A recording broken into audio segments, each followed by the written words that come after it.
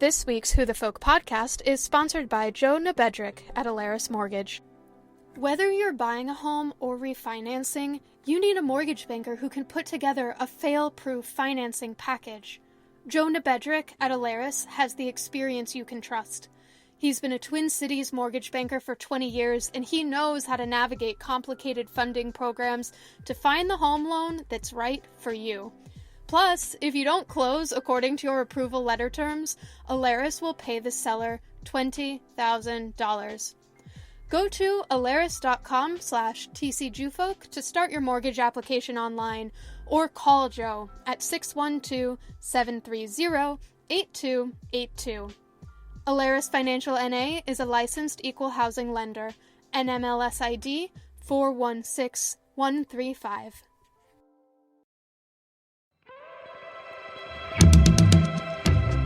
Welcome to this week's Who the Folk podcast. I'm Lonnie Goldsmith, the editor of TC Jewfolk. This week I talk with Kerry Gershone, who just last week launched her new business, Eat Bubbaleh. We talk about what led her to start the business, how she developed her menu options, and competitive hamentashen baking on this week's Who the Folk podcast. Kerry Gershone, welcome to the Who the Folk podcast. Thanks for joining me. Thanks for having me. So, Kerry, you're the founder and owner of Eat Bubbaleh. Tell us what that is. Sure. It is a bakery that I run out of my home. So Minnesota law allows people to do a certain amount of sales from their home of non-potentially hazardous foods. And I decided to start this recently as a new side venture hustle kind of thing. So what is non-hazardous foods? I guess the better question is, what are hazardous foods so that we can know to avoid them? Yeah, so there's a whole list within Minnesota statute and rule, but the general idea is that if it does not require refrigeration, that it is potentially non-hazardous. Okay. And that gets into some chemistry that probably doesn't need to be expounded upon here. But for example, I would not be able to make and sell a cheesecake from my home, whereas I can make baked goods, and those do not run the same risks as something that would need to be refrigerated. That is the line between what needs to be state inspected in an actual storefront bakery versus Okay. what a person could safely make at home. That makes sense. I suppose that I don't really think of foods that should be refrigerated as being potentially hazardous, but quite obviously they are. Definitely. And that's what allows people, say, at a farmer's market or another similar type of place to sell items that are canned or different things like that. There's a limit on the amount of sales that you can do within a year. And there's also limitations on certain recipes. So even buttercream, if you can believe that that has its own place in Minnesota statute and rule, tells you exactly what you can put in the buttercream so that it's definitely safe to sell. Okay. So I'm getting a little far afield on this, but you mentioned it's like there's a sales threshold. Mm-hmm. You're just starting out. Literally, you just launched this week or last week for when people are listening to this. Yeah. How do you know what your sales threshold is when you launch and get the cottage food license? And if you're getting too close to that sales threshold, do you have to scale back in order to not surpass it? Well, what I have been doing is combining some skills that I have from my regular day job with this new venture. So I have some pretty wicked Excel spreadsheet skills, and I've made some estimations based on the amount that it costs me to actually create a certain item and my expenditures with using a sales platform that takes a percentage of what I charge. to combine and figure out where I would need to hit my limit for this calendar year. So, the wild card in all of this is that I am a prolific hamentashen baker.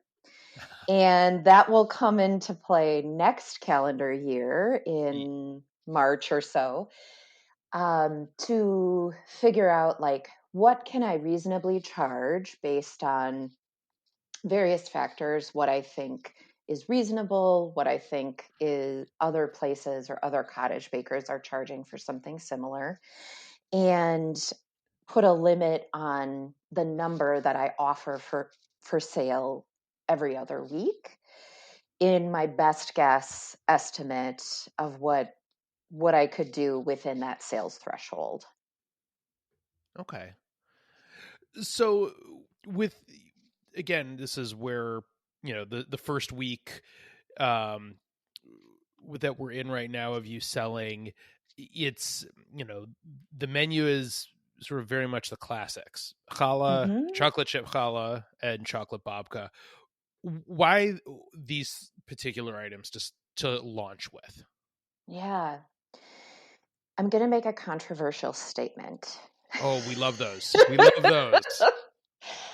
I believe that the Jewish community has come to accept a certain level of quality in their Jewish baked goods.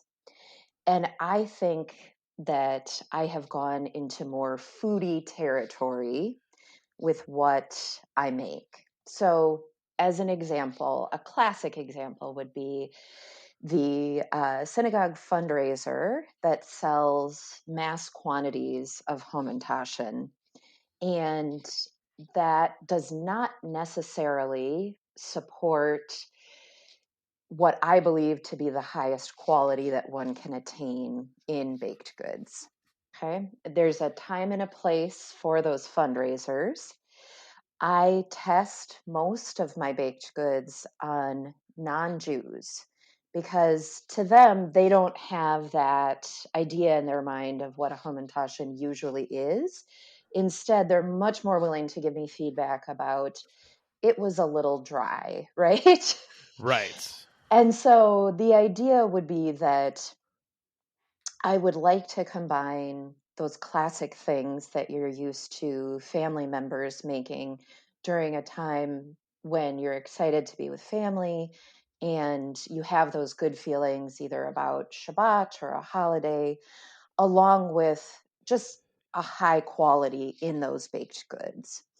So when I say that the chocolate chip challah is really stuffed with chocolate chips, there might be an equal amount of chocolate chip to challah. And I really like making things that people genuinely enjoy eating with no qualifiers on them. Okay. So I definitely have other baked goods that I make that are not necessarily traditionally Jewish, though there might be like a Jewish spin on them. Sure. And the idea is that I know there's a market for people who maybe don't have the time or haven't learned to make those classic Jewish recipes. And I believe, but like you said, I'm in my first week, that will end up being my niche market.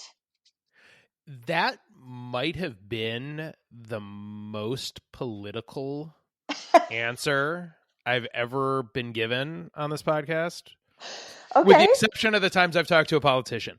But you know what I We mean, accept that. right? Yes, Like, I listen. There's a reason that I bake my own challah here at home, right, right. because it's better than I can get from basically everywhere that is easily obtainable for me to get to. Yeah. I can't speak to whether it's better than yours or not. I'm not going there, but for most of the the mass produced shops you can get it at, mine is just better, and I enjoy making it. Agreed. Same for me. It's Okay. stress reducing, and I think that because I have the time to be able to put into my own challah and that I can make minor variations that just make it more enjoyable for me to eat. And from what I hear from people that I regularly bake for them too. My So, litmus test is that, you know, if somebody who's not Jewish will eat it and find it enjoyable, and even if Jews eat it and think, wow, this is really good, that's like that sweet spot for me with a recipe. that's awesome. I mean, that's the perfect place to be. So, wait, like, let's go back to the beginning of when you decided to launch. What was sort of the tipping point for you to say, it's not just enough that this is a hobby, that I do it for friends and family. Let's see if we can make a few bucks on this. What was the Sure. jumping off point? I will not say that my intentions were entirely pure. Let's just start with that statement. Oh, So, fantastic. prior to the pandemic, I pushed food on any number of people. I could bring leftovers into work, I could bring it to a social event. And in March of last year, when basically everything shut down and those Mhm. avenues weren't available to me yet, I only had the other three people in my immediate family to encourage them to eat what I had made. And to be frank, they just cannot keep up with my production. It's also, I mean, the stuff that I make, it's delicious, but it's not necessarily the highest on the health factor. So when my kids were like, oh, I can't eat another bite of chocolate babka, and I really attempt to try to get them to eat healthfully, I was like, wow, I need to find another outlet for this. So my goal was just to get registered as a cottage food baker before the end of the pandemic. The issue with that being in March of last year, I thought there will be a definable end to the pandemic. And what I now know is that there isn't going to be a point in time where there's a parade like, hey, we're all done with this, right? Right. So getting vaccinated and being registered to me were the two signs that I was ready to launch this venue. What happened between the point when I became registered and launched the website is that I know other women who are entrepreneurs who were able to offer me things like a platform for accepting credit card sales and booking either delivery or pickup appointments that really has brought a level of professionalism to this that Mm. I was not anticipating in my first year, let alone my first week. Yeah. Yeah. I mean, to be able to launch like a business with like a, pardon the pun, fully baked infrastructure, Yeah, it's great. I mean, that is a huge, I mean, that's huge to be able to start off with that as your base. You're not coming in. It feels like it's got to feel like you're not coming in at the ground floor, right? definitely. And the Mamalas Facebook group is a fantastic avenue for you could really ask any question and they would have an informed response to provide you with. But these are also people who are informed consumers about their Mm. Jewish baked goods Oh yeah. and that want to know about opportunities to support a local woman owned small business. So how do you develop the menu on a week to week basis? Like, I obviously I'm looking at the current week's menu, and again, when this airs, it'll be next week. When does the new week's menu go up? What's the plan for that? And how often do you tweak what's available on a week to week basis? This is an excellent question that I can guess at what my answer Perfect. would That's be, sure. but some of it is just organic. I will tell you that on the custom orders page, you'll see, for example, croissants. I had not made croissants prior to last weekend, but they came out perfectly, in my humble opinion. And that was because a colleague of mine at work is having a graduation party for his son. His wife is from France. And he asked me, have you made croissants? Would you be willing to make croissants for my son's graduation party? But wait, they need to be super high quality because we've had them fresh baked in France and you need to meet Ugh. that standard. An So, awfully tough standard. it's right. So I asked, well, do you guys have a favorite recipe? And he said, we've never made them ourselves. You just need to make it like it would be in a bakery in France. Well, that's a hefty order, to try to fulfill. And I thought, you know what? I'm just going to try it and go for it. My husband and my sons have made it a part-time occupation to try to find the best chocolate croissant in the Twin Cities. And I knew that I had struck gold when we sat down to eat them. And my son said, this is the best croissant I've ever had. Yeah, but you're his mom. He's going to say that. Yes, though he's 5 and he is highly critical. The like chocolate to croissant ratio is very important to him. It did help that they were fresh from the oven and still a little bit warm, Nothing but beats that. he does not hold back. If I make something that's a flop, he's very willing to just take a bite and say, "Nope, doesn't meet my quality standards." It's good that you have trained your family well then in that regard. Definitely. They're not to the point where they have a filter yet to be able to hold back on that. No, I know when especially my youngest was actually really both kids, but my youngest especially was little. I would I cook most nights here, and we'd watched a lot of like the family friendly cooking shows on Food Network, and my kids would start critiquing the meals as though they are judges on that show. I think it was actually the moment I realized maybe we watch too many of those kinds of shows. Sure. So hold that thought for just a second. I'll get back. Okay. Let me get to your question about Okay. developing the menu, and then I want to come Yes. back to that. Okay. Great. So I think that the sales from a particular week will drive what I offer on a regular basis.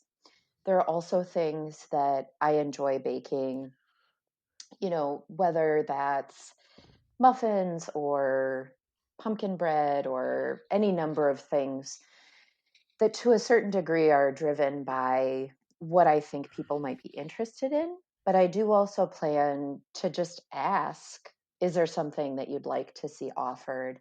And what I think I can support on a given week. I was thinking Memorial Day weekend is coming up. If there's something that I can dream up between now and then that seems appropriate to that time period or what people might be doing or hosting, I'm hopeful that I can find sort of different offerings that make sense within the season. But I'm also really willing to hear from people. I had a woman reach out to me this week and say, I'm super pregnant, I'm craving babka. And I was like, I got you. I can make a super chocolatey stuffed babka for you that would have met my own standards when I was pregnant. Please let me bake for you and just bring you a little bit of happiness as you wait for your new baby to come into the world. That's excellent. Going back to the cooking show and your kids, I Yes. have this idea for a reality TV show where the baker is required to bake with kids and you lose points for losing your patience, scalding, cuts, injuries in general to the Yeah. children. You get more points for the higher quality that you make and involving the children in every aspect of the baking process. I don't know that I would do well with that. Certainly, my kids are not baking with me when I'm doing any of the stuff for Eat Bubbaleh, but in that moment when you have a kid there that wants to do everything with you, there's nothing quite like that. But they are both enthusiastic joiners in that process. And then, they're very willing to eat anything that they've made. The things that I make on a regular basis, there's no guarantee that they would eat them. In fact, Okay. last night I was just told, you made a meal that I do not want to eat. What else do you have to offer me? Yeah, we had that for a while also. And then I informed my kids that I make one meal a night. I Precisely. am not a short order cook. Yeah, yeah. It really is impossible to guess what they'll be in the mood for at any given moment. Any fruit and vegetable that's in the house is on the menu. If we can pull it out of the fridge, it's yours, but I cook one thing. That's right. No, I'm completely with you. So you mentioned a couple of times the day job. So Yeah. I guess first I'm curious, what is the day job? And second, and possibly more important for the conversation, how do you do the baking and I guess set up a general production schedule for yourself within the confines of, your actual quote unquote actual salaried job? Yeah. I work for the state of Minnesota at the Department of Human Services, and I'm the administrator of a data system. So, to distinguish that from a database administrator, I have general tech skills, but I'm not the one that's building the features of this data system or anything. I manage a contract with a software vendor that does those things. Okay. I've gained some knowledge in that area, but I'm not the one that needs to do any sort of technical work. Okay. The interesting thing about working for the state I'm trying to figure out quickly the math on what this would be, almost 20 years, is that they are really generous with their paid time off. And I'm reaching the point where I need to take one day every other week off in order to be able to not go over the limit of vacation. Mm. For the time being, I'm taking every other Friday off while I sort of get my feet wet in the new venture, figure out what a typical week is going to look like, and then to be able to offer limited delivery on Fridays and some Saturdays. So far, what I can say is that I was already doing the baking, right? This is Sure. just adding in the possibility that I might bake for people outside of my house. And hopefully that production will increase over time. The nice thing about working from home is that it's not hard to pop something into the oven or put something out for pickup, take a quick break to do a delivery. The platform that I'm using for payments and scheduling those pickups and delivery is that it allows me to pick the hours that I'm willing to do that. Oh, And so that's those nice. hours can be the hours where I'm flexible in my work schedule. Well, that's nice. It's nice that that the platform allows that kind of flexibility without having to get like super customized on a regular basis Yeah. with that. That's nice. So where, and again, the full qualification that this is an extremely new venture. Where are you hoping it goes? It's funny that both my hope and my fear are the same place. I hope that makes sense outside of my own head, but there's a part of me that would like to reach the maximum sales that I'm allowed to within a calendar year in that registered cottage food producer place. There's another part of me that thinks that is absolutely crazy. It would not be possible to work 40 hours a week, have two young children, and any sort of life outside of the kitchen if I was doing the maximum sales that you can do with that. Okay. There's another part of me that thinks, let it be what it is. If it grows, that's great. If it remains a side hustle, that's great too. I like the idea that someday I could possibly have sort of a brick and mortar place that people could actually visit, but I'm not quite sure what that looks like. If that means going part time in my regular day job, if that means taking an early retirement. I'm 38 right now, but after, like I said, almost 20 years in state government, I'm not all that far away from being able to take a full retirement. So Hmm. I think where I want it to go is taking it as it comes. That's why I'm posting a menu every other week and not doing all day, every day possibility of sales.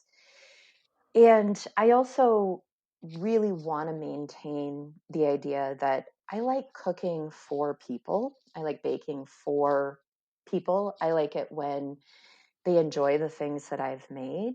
I don't want to get to the point where it is that mass production and it loses out the personal touch or the quality that I enjoy putting into it. So if I can make those things merge into a place where people like what I make and seek it out, that's really where I want to stick with, at least in the first year, couple of years, and then allow it to be what it is or what people want it to be.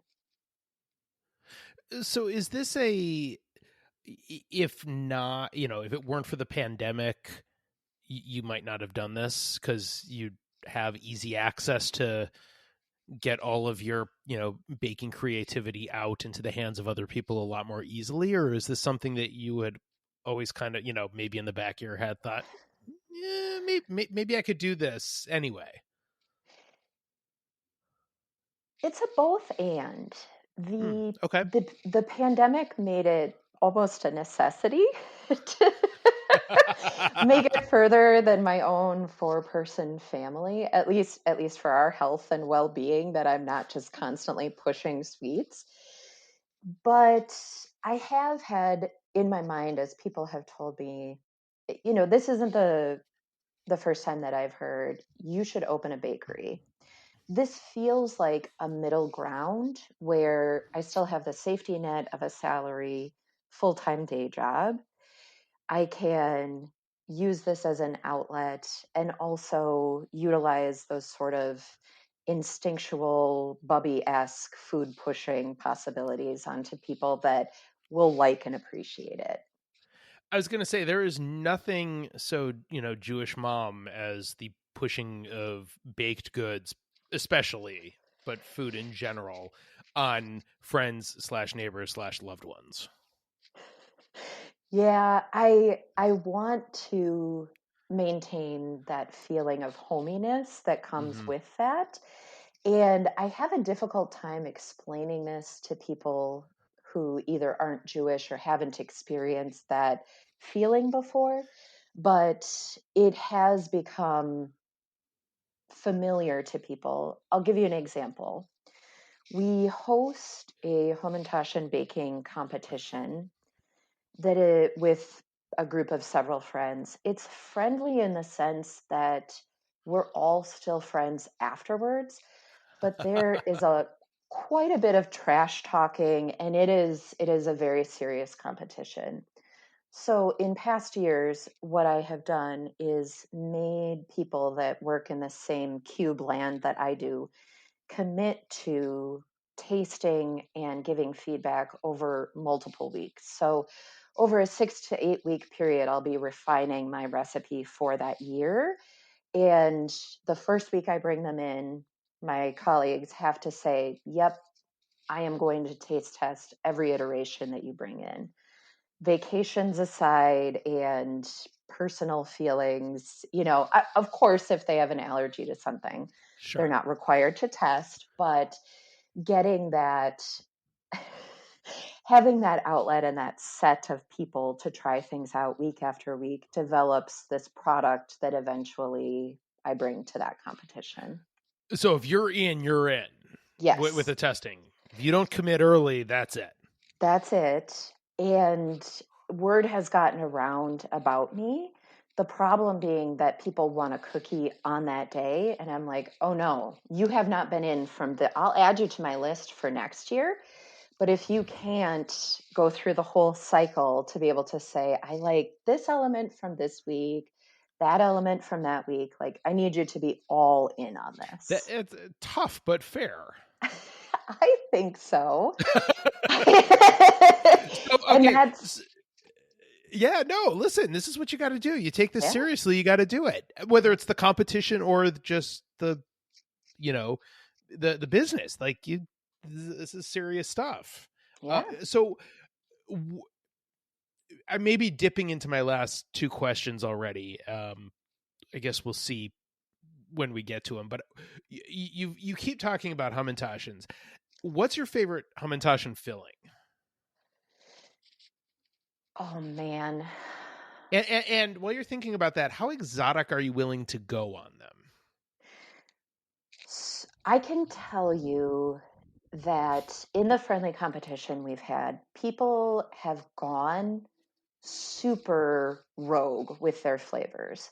There Okay. was a year that somebody brought an egg roll hamantashen with sort of like, I don't know if you would call it a bird's nest or some sort of egg roll type filling and a sweet and sour dipping sauce. So we generally fall into the judging categories of flavor, uniqueness, adherence to tradition. Uniqueness and adherence to tradition are sort of juxtaposed against one another. It's hard to get high points in Yeah. both of those areas. Um, just a general overall quality and the shapeliness of the triangle, right? Because Sure. they often fall apart in the Oh yeah. oven.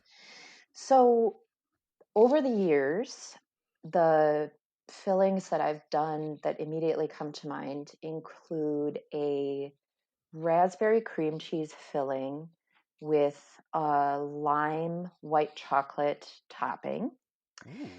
a pecan and almond paste, sort of turtle like variety Okay. that had a dark chocolate drizzle with a pecan and a sea salt dabble on top.